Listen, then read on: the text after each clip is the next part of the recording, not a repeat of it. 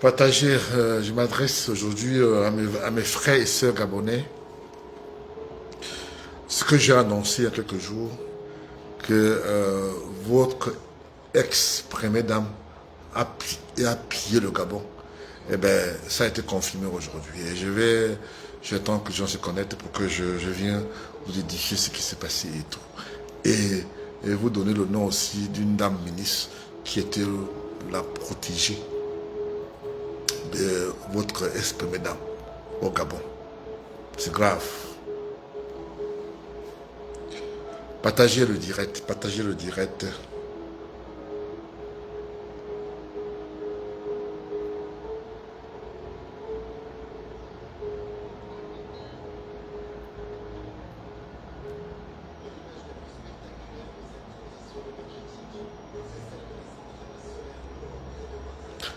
Partagez le direct. Hein.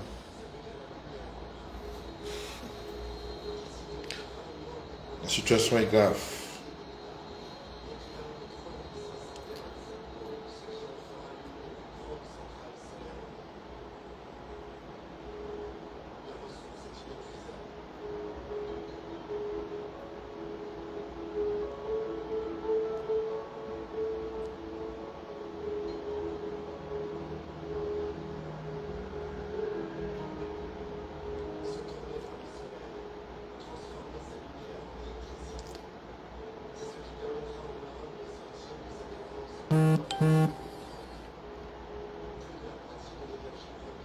Merci beaucoup. Envoyez le cœur, envoyez le cœur. Merci beaucoup. On attaque le direct là. Il y a le fou qui attaque le direct.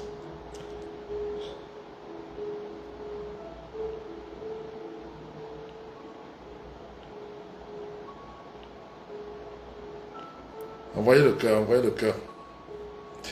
Et partagez le direct, s'il vous plaît.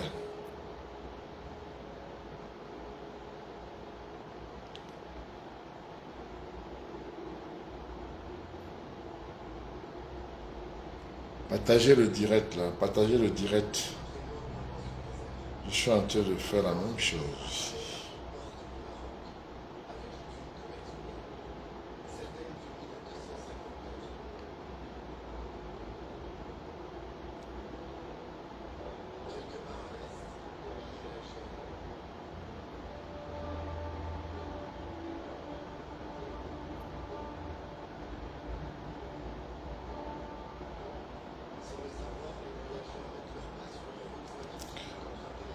Envoyez le cœur, ah c'est bien.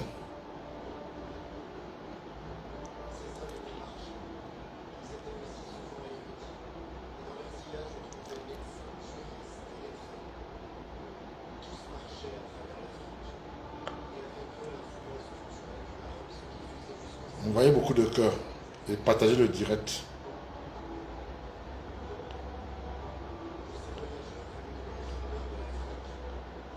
Côté de Libreville.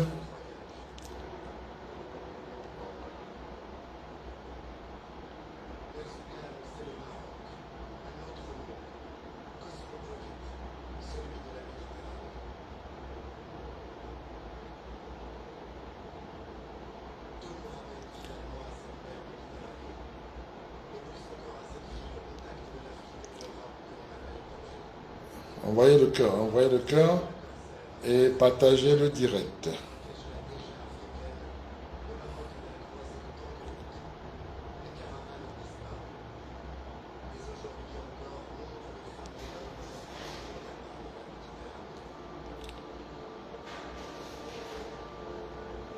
Partagez le direct.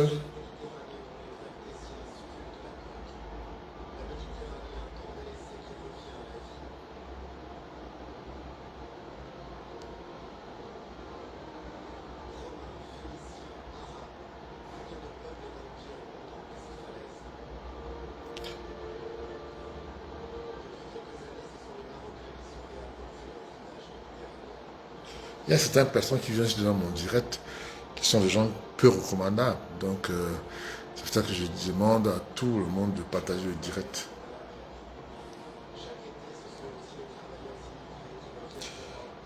Il y a beaucoup des Africains qui sont des prostituées, qui se prostituent parce qu'on les paye pour attaquer le direct.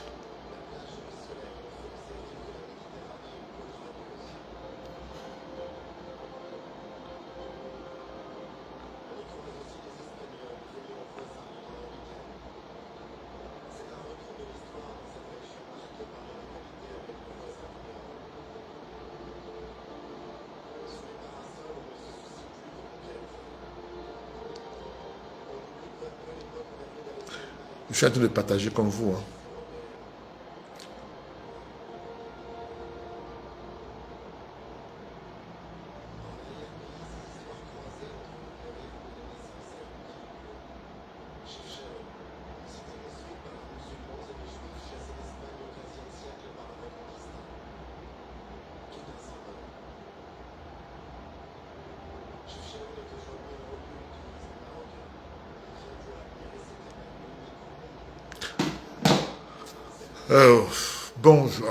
Bonsoir. Je sais que chez vous, à Libreville, avec tous mes amis gabonais qui me suivent depuis Libreville, dorment déjà. Et c'est pour ça que je me suis dit qu'il faut faire un breaking news. Édifier mes amis gabonais. La situation se précise davantage. Oui, on a saisi, comme je vous avais annoncé, il n'y a pas très longtemps, je vous avais annoncé que la femme du président détenait plus de 15 milliards chez elle en espèces. Eh bien oui, ça a été confirmé aujourd'hui. On a saisi 200 milliards de francs CFA chez elle. Je dis bien 200 milliards de francs CFA chez elle. Vous imaginez un peu? Un petit pays comme le Gabon, les gens peuvent se permettre de voler autant d'argent dans l'impunité. Parce qu'elle est la femme du président, et elle peut se permettre de faire n'importe quoi au Gabon. Eh bien moi, je tiens à vous dire, mes chers frères gabonais, mes sœurs, que non seulement vous avez la chance. Jusqu'à ce soir, le président Nguema a refusé de faire publier l'image de l'argent saisi chez Sylvia Bongo. Je ne sais pas pourquoi. C'est-à-dire que Nguema fait un coup d'État. Il était question qu'il fait... Quand on fait un coup d'État, on balaye tout. On ne sait pas pourquoi Nguema a encore pris des gens de l'ancien gouvernement pour mettre dans le gouvernement actuel. On ne comprend pas. Il faut prendre, il y a plein de Gabonais qui sont de bonne moralité qu'on pouvait prendre et faire l'affaire. Et c'est que moi je suis plutôt curieux de savoir, on suspend, il avait dit qu'il suspend la Constitution, mais curieusement il forme le gouvernement qui vient lui faire allégeance. Mais et qui n'a pas été élu par le peuple gabonais. Ce qui est plutôt bizarre. Je veux bien qu'on essaie de concilier les frères, les sœurs gabonais et tout, machin. Mais il ne faut pas quand même oublier les 60 ans de Bongo qui ont tué les Gabonais. Le Gabon, avec tout l'argent, avec tout l'or que le Gabon a,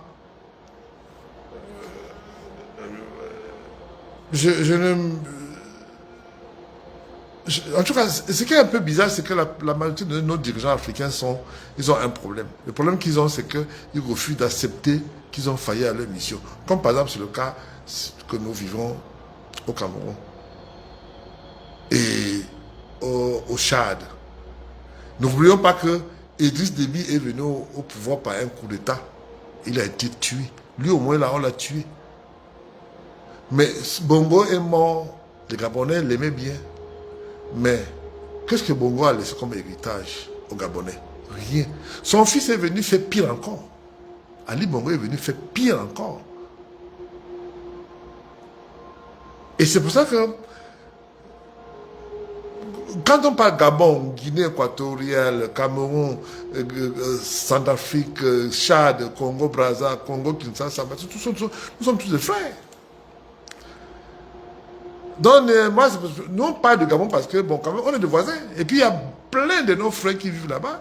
Et on ne peut pas quand même pas laisser que, bon, on ne donne pas l'information à nos frères gabonais et gabonaises. C'est tout comme c'est que moi, vraiment, je peux dire que le Gabon est béni parce que apparemment les Gabonais sont des gens, c'est vrai qu'ils sont battus et tout, mais je vous avais dit que Nguema n'est pas venu au pouvoir pour partir après, comme il a déclaré il n'y a pas très longtemps. Je vous assure, vous allez me dire, parce que moi on a déjà l'information du service secret de la CIA et puis du service secret qui, n'est-ce pas, nous informe que l'intention de le président, le général président, c'est d'être là pour toujours. C'est-à-dire qu'il fait des 45 ans comme les Bongo. Je pense que le président non seulement il ne va pas prendre le courage d'abandonner parce que vous savez, le pouvoir, l'Africain aime trop le pouvoir. Il donne l'impression qu'il veut rassembler les Gabonais. Mais il ne donne pas l'impression, parce que les gens qui ont tué l'économie du Gabon, tué les enfants de ce pays. C'est vrai que le Gabon, quand même, c'est un petit pays qui a quand même fait, ce qu'il avait à faire. Mais sauf que j'ai du mal à comprendre comment la femme, elle avait quelle fonction au Gabon. Et je demande à mes amis gabonais de me dire quelle fonction elle avait pour piller autant d'argent. Je vous ai annoncé ici que chaque mois, elle faisait virer l'argent sur son compte dans les îles 5 milliards. Chaque mois. Quand on voit autant d'argent, on fait quoi avec? Pendant que les Gabonais n'ont pas de route, les Gabonais n'ont pas l'eau, les Gabonais n'ont pas des écoles. Bon, c'est même mieux que même l'école, même ce que j'ai vu à la télévision hier, je crois, à la télévision gabonaise, hier quand même, il y a des écoles là-bas qui sont quand même un peu, je dirais même 100 fois mieux que ce que nous avons au Cameroun. Et je peux quand même dire que de ce côté-là, ils ont quand même, les Gabonais, ils ont quand même essayé, mais sauf que le Gabon devient de plus en plus risqué. J'ai cru entendre certains grignoles qui, n'est-ce pas, qui disent que il faut qu'on chasse tous les étrangers au Gabon. Moi, je connais beaucoup de Gabonais, que ce soit ici aux États-Unis ou que ce soit en France, qui sont des gens de bonne moralité. Beaucoup de Gabonais que je connais, j'ai eu à connaître, sont des gens qui sont partis du Gabon parce qu'ils avaient des problèmes. Ils ne pouvaient pas parler librement. Qui sont des gens qui voulaient seulement avoir cette liberté. Ce même pas des gens qui veulent le pouvoir, juste parce qu'avoir cette liberté, c'est ce qui est normal, c'est même élémentaire. C'est même normal que tu puisses parler ouvertement sans t'inquiéter. Mais quand j'entends les déclarations de certains Gabonais qui pensent que c'est parce qu'il y a des étrangers là-bas, il faut que les Gabonais partent. Moi, j'ai mal parce que moi, c'est un pays que je connais très bien et que j'aime beaucoup. D'abord, j'aime beaucoup les Gabonais et les Gabonaises. Elles sont trop belles, les Gabonaises. Mais ce qui est bizarre, c'est que je ne comprends pas, c'est qu'il y a une faction de certains Gabonais qui, n'est-ce pas, trouvent que les Camerounais... J'étais à une conférence à Londres où j'ai rencontré une Gabonaise, on a discuté, elle m'a dit que on appelle les Camerounais au Gabon les Camerounais. J'étais un peu vexé parce que j'étais avec des amis et ça m'a un peu fait mal. Bon, j'ai pas de principe que c'est pas tous les Camerounais qui sont aussi mauvais. Il y a quand même pas mal de Camerounais qui sont bien, de bonne moralité, qui sont là justement qu'à vivre. Il se dit que bon, il est chez lui, le Gabon, il est chez lui, il peut faire ce qu'il a à faire et tout. Mais sauf que il y a beaucoup qui trouvent que certaines personnes trouvent que certains Gabonais, pas tous, parce que peut-être qu'ils sont minoritaires. Parce que Je connais pas mal de Gabonais qui sont des gens de bonne moralité, qui, n'est-ce pas, aiment beaucoup les étrangers et qui ont beaucoup voyagé.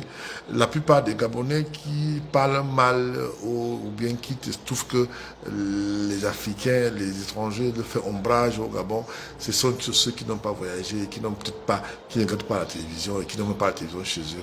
Et ils trouvent que tout le mal, c'est les Africains, et les Camerounais, et les Maliens, et les Sénégalais, et bien d'autres personnes. Là, de ce côté, je m'inscris en faux. Je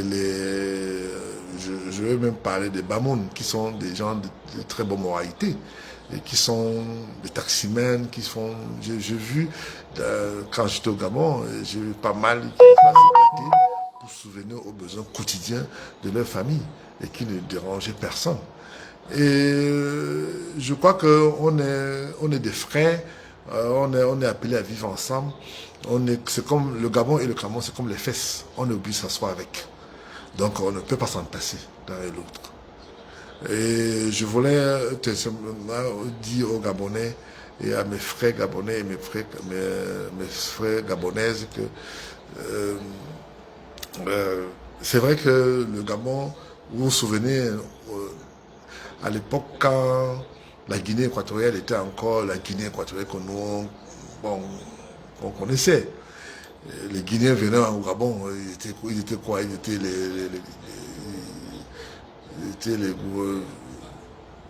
faisaient tout le boulot. Bon, maintenant, les choses ont changé, beaucoup sont rentrés chez eux. Et le problème, c'est quoi? Le gouvernement gabonais n'a pas pu faire la part des choses. Et il a toujours voulu donner l'impression, le Gabonais avant tout, mais il oublie une chose, que le Gabonais, il y a beaucoup de Gabonais qui ne peuvent pas faire les choses seuls. Ils doivent composer avec des étrangers, avec des amis et autres. Et je connais pas mal de Gabonais qui ont qui ont même marié des Camerounaises et qui vivent la vie de famille sans problème. Donc j'appelle ici mes frères gabonais qui, n'est-ce pas, appellent à faire barrage aux taximens qui sont d'ailleurs mes frères Bamoun de partie du Gabon. Vous savez, si on a opté pour venir vivre au Gabon, c'est parce que bon, le pays, le Cameroun, ça ne va pas. Et je vous ai fait part de ça il n'y a pas très longtemps, que le président, autoproclamé par la Cour constitutionnelle au Cameroun, est là depuis 42 ans. Et bien avant les 42 ans, il était d'abord Premier ministre. Et depuis qu'il est rentré de la France, c'est-à-dire qu'il a fini ses études dans les années 60, on n'était pas encore né, et il est rentré au Cameroun, et il ne sait même pas combien on paye, il ne sait pas combien on paye un baguette de pain, il ne sait pas combien on paye le beignet, il ne sait pas combien on achète, je ne sais pas moi, il ne sait pas, lui il n'a pas connu ça. Et c'est ce que nous vivons aujourd'hui. Il est venu, il a tout détruit au Cameroun. Tout détruit. C'est qu'on avait Cameroun là, on avait Camchip, la liste est tellement longue. Et c'est pour ça que je dis que c'est pour ça que la plupart des Camerounais, des frères Camerounais sont partis se chercher au Gabon, comme tous ceux qui sont partis aussi se chercher en Guinée équatoriale.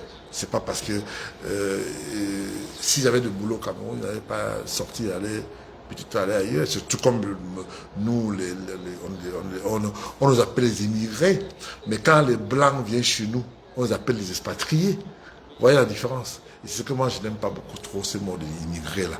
Je n'aime pas beaucoup trop ces mots. Alors donc, je reviens, c'était juste une parenthèse. Donc, je reviens pour l'essentiel. Ali Bongo Odemba, whatever his name is, ce monsieur m'énerve. Tellement il est malade. Vous vous rendez compte qu'un médecin certifié gabonais vient à Mondo Vision déclarer que Ali Bongo est en parfaite santé et qu'il peut encore assumer la présidence. Vous vous rendez compte? Vous vous rendez compte? C'est comme par exemple, nous, au Cameroun, on dit que le Momi qui est là, il a 95 ans et qu'il est encore en parfaite santé et qu'il n'a pas de problème de santé. Est-ce que, dis-moi mes frères gabonais, mes sœurs gabonais, est-ce qu'à 95 ans, qu'est-ce qu'on peut encore offrir encore au Cameroun? Rien. Eh bien, on nous fait croire que, eh bien, sans lui, le chaos. Et je vous apprends pas, au Cameroun, en ce moment, on recrute les policiers au Cameroun. 82, sur 512 policiers recrutés au Cameroun, en ce moment, il y a 450 policiers du région, c'est-à-dire qui sont des boulous. Même les régions comme le président de la République. C'est que le monsieur, en 42 ans, est venu instaurer le tribalisme au Cameroun. C'est pas pour rien que les Camerounais sont obligés de fuir ceux qui ne sont pas de cette même région que le président actuel. Et c'est pour ça que j'ai dit à tous mes frères gabonais que nous allons tout le temps venir, tout le temps vous édifier sur la situation qui se faufile. Il y a une ministre qu'on a arrêtée à l'hôtel il y a 2 jours. Je vous avais promis que je vais revenir. Elle est partie avec son gars à l'hôtel, avec une voiture balisée, sans plaque d'immatriculation, rien. Et elle avait déjà tout organisé pour, n'est-ce pas, fuir le Gabon, avec beaucoup d'argent, avec une partie d'argent. C'est-à-dire que l'argent qu'on a trouvé, c'est Sylvia Bongo, n'a strictement rien à voir avec ce qu'elle a volé. Elle a mis chez ces ministres femmes-là, qu'elle avait fait recruter, placer à des postes très importants. Donc, chaque ministre que Sylvia Bongo contrôlait, elle n'avait pas moins de 15 à 10 milliards de francs chez eux gardés. Donc, on avait déjà prévu l'avion pour l'embarquer pour l'Europe et tout, je ne sais pas où. Mais heureusement qu'on a signalé sa présence à cet hôtel où elle attendait juste le moment pour, n'est-ce pas, filer et aller prendre l'avion et s'évader. Et quelqu'un a eu quand même le courage, un Gabonais courageux a eu le courage de téléphoner à la police et puis on a envoyé l'hôtel et on l'a appréhendé la femme. Je vous ai parlé de ça il y a quelques jours. Il y a une autre encore qui est partie. Celle-là, elle était ministre de la Justice. Elle était partie, apparemment elle n'avait pas les visas pour aller en France. Elle était partie prendre le visa pour aller en France. Et bon, comme vous le savez, elle aussi, ça n'a pas été facile pour elle. Donc, nous allons tout le temps venir pour vous édifier. Et je sais que beaucoup de Gabonais m'ont envoyé des messages à propos du colonel Ngili. Oui, et puis, effectivement, je n'ai pas encore de nouvelles sur le colonel Ngili. Le président Ngolima, whatever his name is, le président gabonais, le général président, moi je préfère l'appeler comme ça parce que c'est plus facile pour moi, parce que le nom africain, c'est pas toujours évident pour nous autres. Donc, le général président a instauré, a instruit la police, et le DGS, whatever you call it, de le mettre au frais parce qu'il a vu en lui quelqu'un quelqu'un qui pouvait menacer son pouvoir. Et je crois que des informations que nous avons, il se pourrait que le président non seulement a peur de perdre sa place, mais il a aussi peur de mourir. Je vous aime, je fais Gabonais et à très bientôt. Et je vous reviens dans quelques jours. Merci beaucoup. Merci.